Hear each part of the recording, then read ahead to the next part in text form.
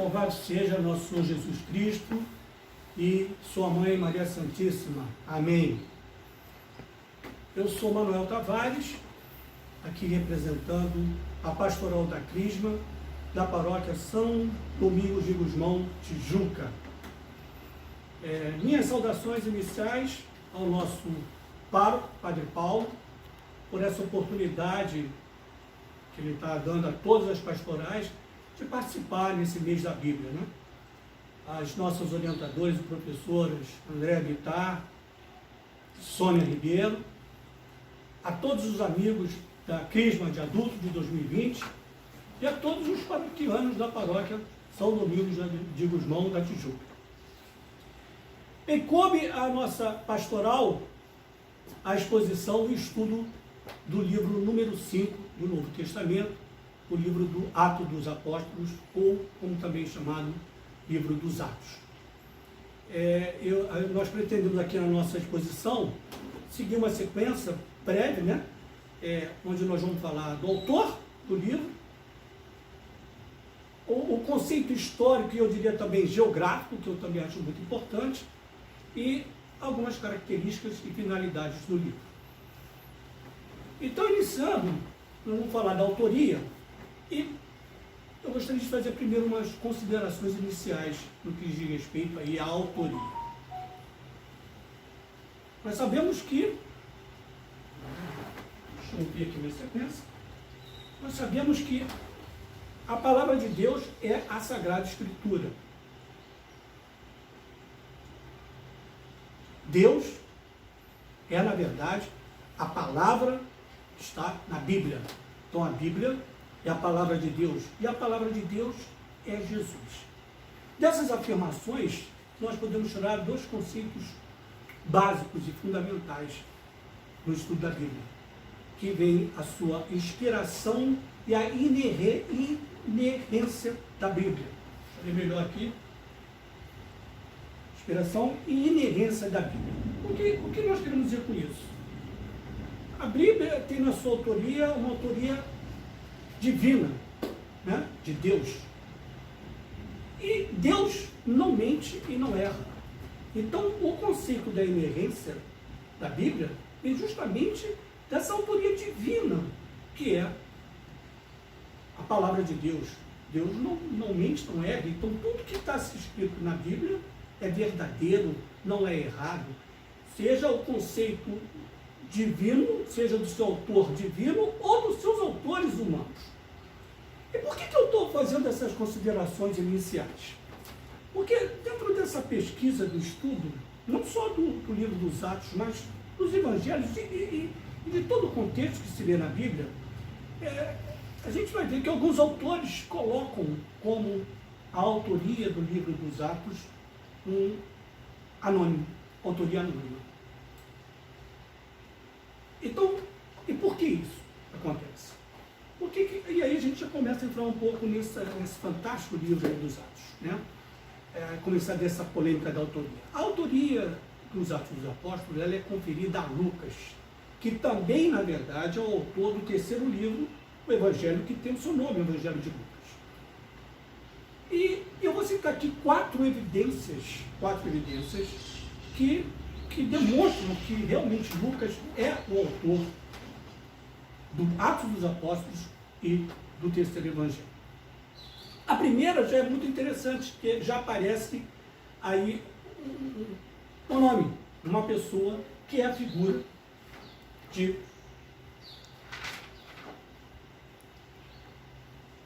Teófilo.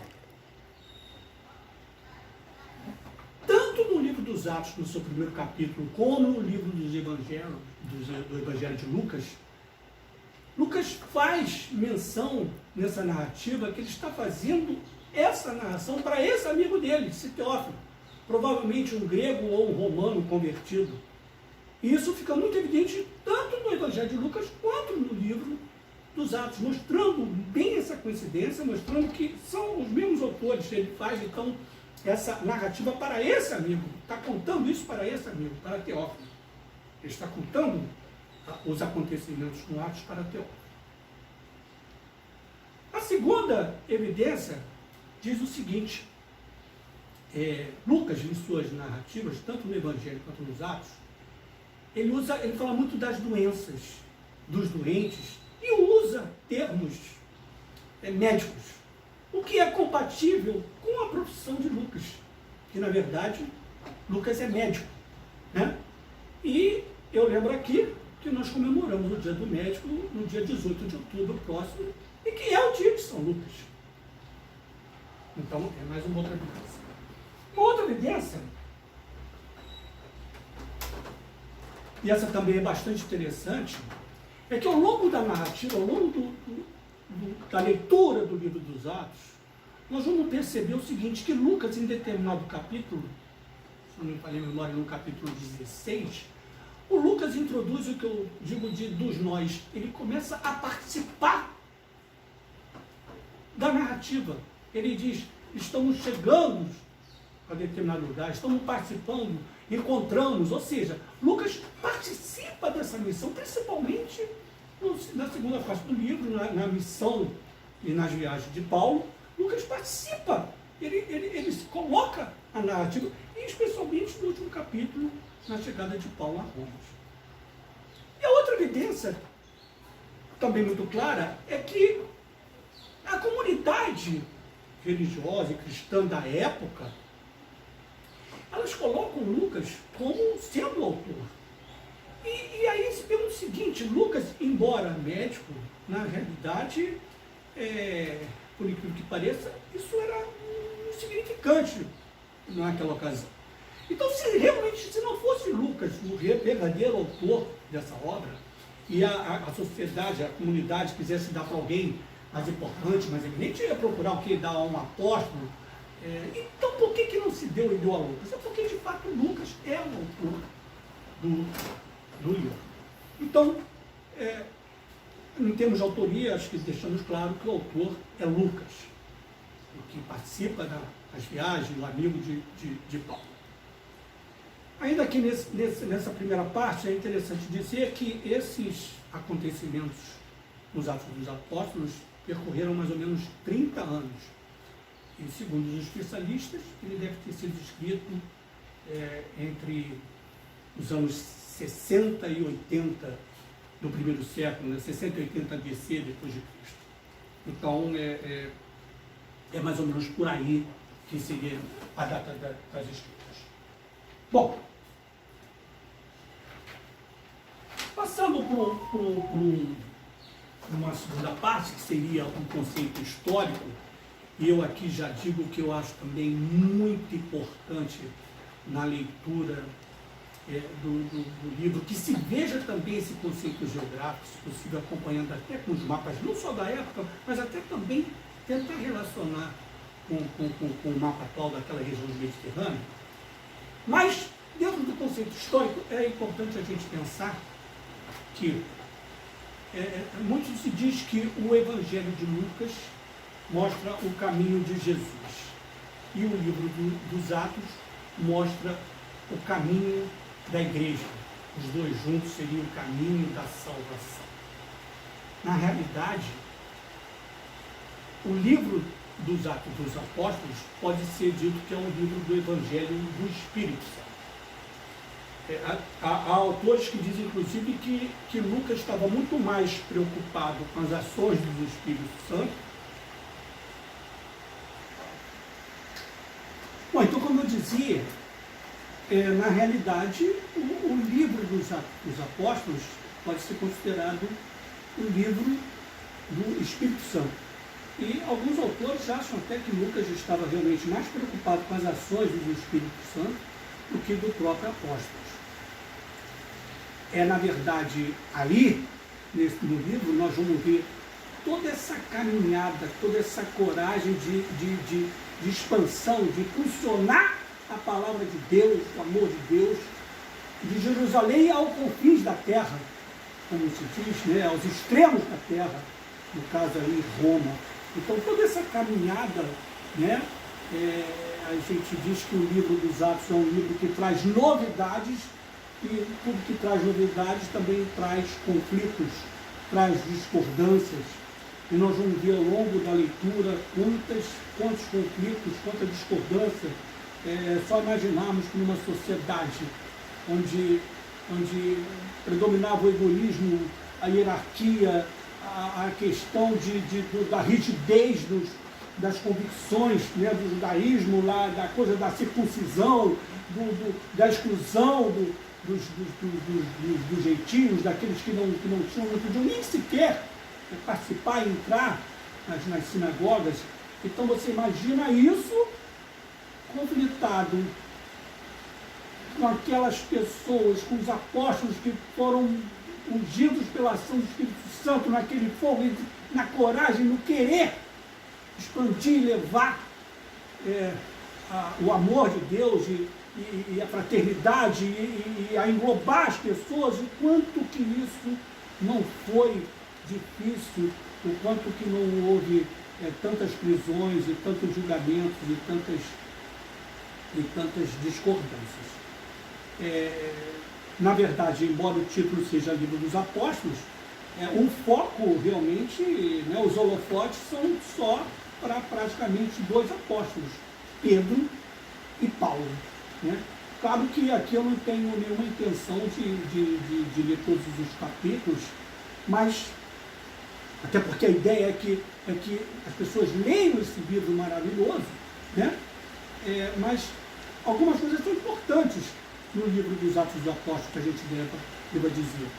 Inicialmente, a primeira coisa, nós temos que ver justamente, lembrando lá no Evangelho de Lucas, quando se diz que nenhum apóstolo deveria começar a sua missão, o seu ministério, sem que viesse essa ordem do alto, do poder. E isso acontece já no início do livro dos Atos, no capítulo 2, quando nós temos a Pentecoste, né? Quando o Espírito Santo chega em todos os apóstolos, em todas as pessoas que ali estavam. É uma pena, eu queria poder mostrar isso, mas é difícil, né? Não sei se vai conseguir focar aqui, umas figuras muito interessantes aqui, não sei se dá para ver, onde mostra um mapa, mostrando de tudo que é lugar, né? As pessoas vindo para essa festa de Pentecoste, e embaixo também a figura de Pentecoste. Então, isso é um start, né? Vamos dizer assim, é o início da expansão, justamente, da palavra de Deus, do reino de Deus, né? E começa aí. Há também na sequência, nós vamos ver Pedro curando aleijados, fazendo suas curas. E há dois aspectos muito importantes que tem que ser lembrado aí.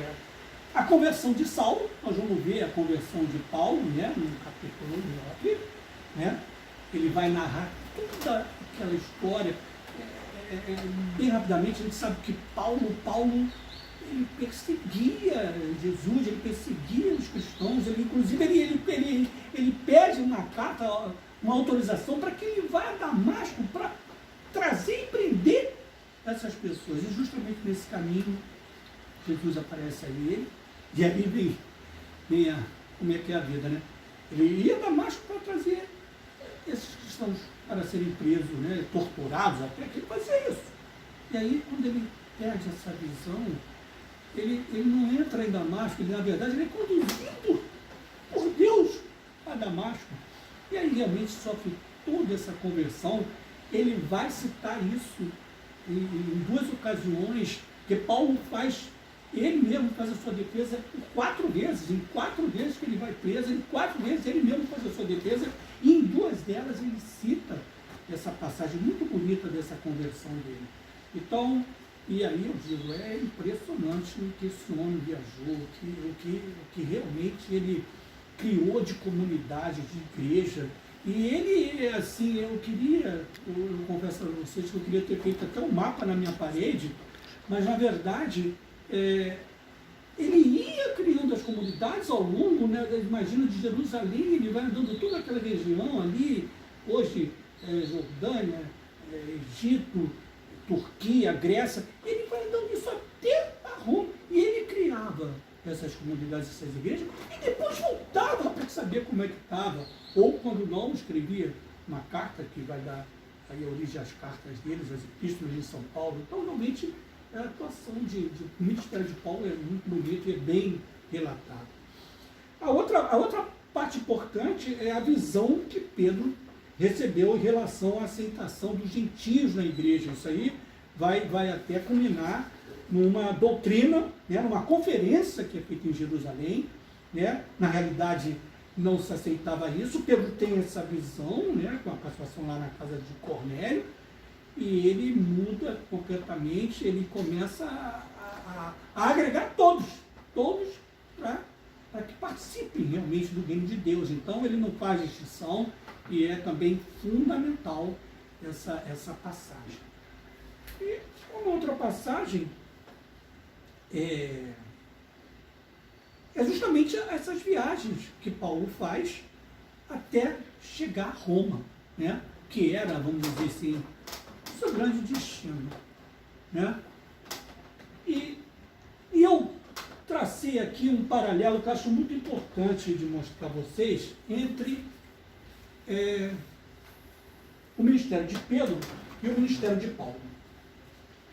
Na verdade, são coisas bem interessantes aqui. A gente vai ver o seguinte: ambos pregaram seu sermão inaugural com enfoque na antiga aliança. Ambos apelam ao Salmo 16 para explicar a ressurreição de Jesus. Ambos têm o poder de curar aleijados. Ambos são preenchidos com o Espírito Santo. Ambos são conhecidos pelos seus milagres extraordinários. E aqui é bem interessante. Com Pedro, por exemplo, as pessoas levavam as macas com os doentes e as camas com doentes para as praças, para que quando Pedro passasse, encostasse neles e ficasse curados. E isso acontecia. E com Paulo a mesma coisa. O Paulo, as pessoas que estavam ali pegavam aventais, lenços, que tivesse sido usado para encostar na pele de Paulo para que também fosse curado. Então, os dois têm essa característica, né? Ambos conferem o Espírito Santo pela imposição das mãos. Ambos confrontam e respondem aos feiticeiros. Ambos ressuscitam os mortos. Isso também é muito fantástico, né? Os dois tiveram esse poder de ressuscitar. Pedro com a Tabita, né? Uma senhora que ficou doente e morreu, e o Paulo com o Eutico, que era um jovem que estava ouvindo uma pregação dele perto da janela e acabou caindo dessa janela e morreu, e Paulo ressuscita, né?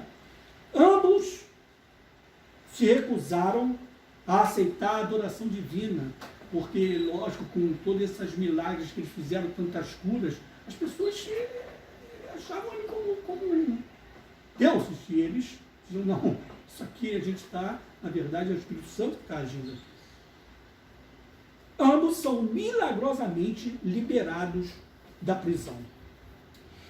Desses paralelos, que é importante a gente pensar no seguinte: olha, o poder que Deus deu a Pedro também deu a Paulo, né? A proteção que Deus dá a Pedro também dá a Paulo.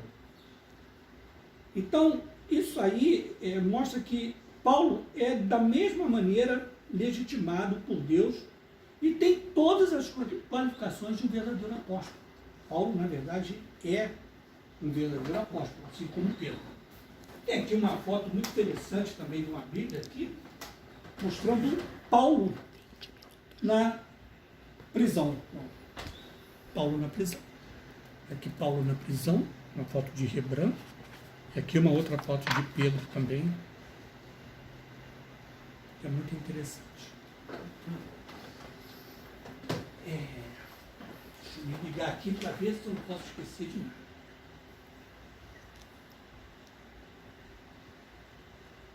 Bom, como eu disse, é importante esse contexto histórico, mas também o conceito geográfico é muito importante. É muito interessante que fosse lido, quando lê o livro, tentar ler, acompanhando essas viagens, todos esses acontecimentos que duraram 30 anos, pelo mapa da época e o atual, para se localizar bem isso aí. Até porque você imagina o seguinte, essas viagens aconteciam em navios, lógico que eram umas embarcações da época, então eram viagens perigosas, eram viagens que não eram viagens fáceis, e muitas delas às vezes eram interrompidas e era feita a pé. E aí a gente lembra muito a última viagem, que foi de Roma, onde houve naufrágio e tempestade, e tudo isso, Paulo e todos que estavam no navio, Paulo dizia para eles, fiquem tranquilos que Deus está com a gente, nós vamos ser salvos e vamos chegar a Roma, que era o que ele queria, que era justamente, vamos dizer assim, o último julgamento. E aí, já terminando, esse capítulo 28, justamente o último capítulo, tem muitos autores que falam assim, o livro dos Atos não tem um final. Alguns até dizem assim, não tem porque o Lucas foi preso e não conseguiu acabar. Outros dizem porque o livro, na verdade, conta a história da igreja e a história vai continuar. Bem, independente disso, a verdade é que no último capítulo, quando finalmente chega a Roma para esse julgamento para César, Paulo inicialmente fica preso, prisão domiciliar, já tinha naquela época, acorrentado como um soldado, mas fazia a sua evangelização, fazia a sua catequese, fazia suas orações e atendia a todos, né? Mas o que Lucas não deixa realmente definido é se Paulo foi ou não inocentado. O certo é que há duas hipóteses. Ou Paulo, mais uma vez, fez a defesa dele e foi julgado livre, foi inocentado, ou então os judeus que queriam realmente culpar Paulo, na verdade eles queriam matar Paulo, né? Houve uma época que eles fizeram até jejum, não comeram, não beberam até Paulo ser morto.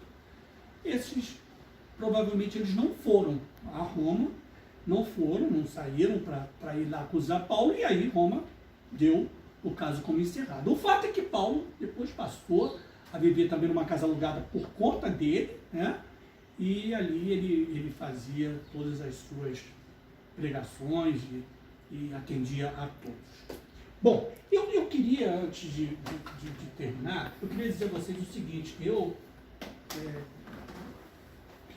que tive essa felicidade de receber esse convite, eu procurei fazer alguma pesquisa e acabei comprando um livro que eu acho muito interessante, foi muito facilzinho, nessa época de pandemia eu nem fui ao local, foi comprado pela internet, aqueles que tiverem o Kindle, né, o negócio do celular, o Amazon. Esse livro realmente, né, o livro dos Atos dos Apóstolos, Caderno de Estudos Bíblicos, de Scott Hahn e Kurt Smith. Esse livro, eu digo a vocês, é um espetáculo de livro, eu vou até comprar dos outros, porque na verdade, de cada capítulo, ele vem dar uma orientação, dá uma explicação, diz uma referência, mostra mapas, então fica muito fácil realmente de você fazer essa leitura.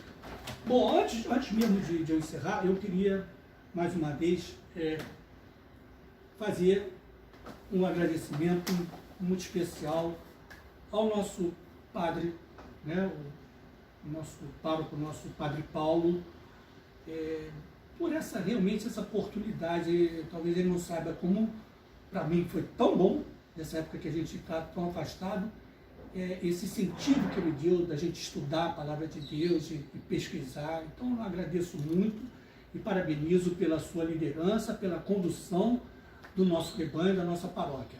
As nossas professoras, né, nossas orientadoras, André Bittar e a Sônia Ribeiro, pelo convite e a confiança que depositaram. E queria deixar uma frase de fecho a todos os amigos da Crisma e a todos os paroquianos da paróquia São Domingos de Gusmão. É uma frase do São Gregório Magno. Um pensamento muito simples dele, mas que eu acho bem interessante. São Gregório Magno diz o seguinte: eu conheço o coração de Deus por meio da palavra de Deus. Então, amigos, se nós queremos conhecer o coração de Deus, nós temos que conhecer a palavra deles. E para conhecer a palavra deles, nós temos que ler a Bíblia. Então vamos ler a Bíblia. Fique com Deus e Maria.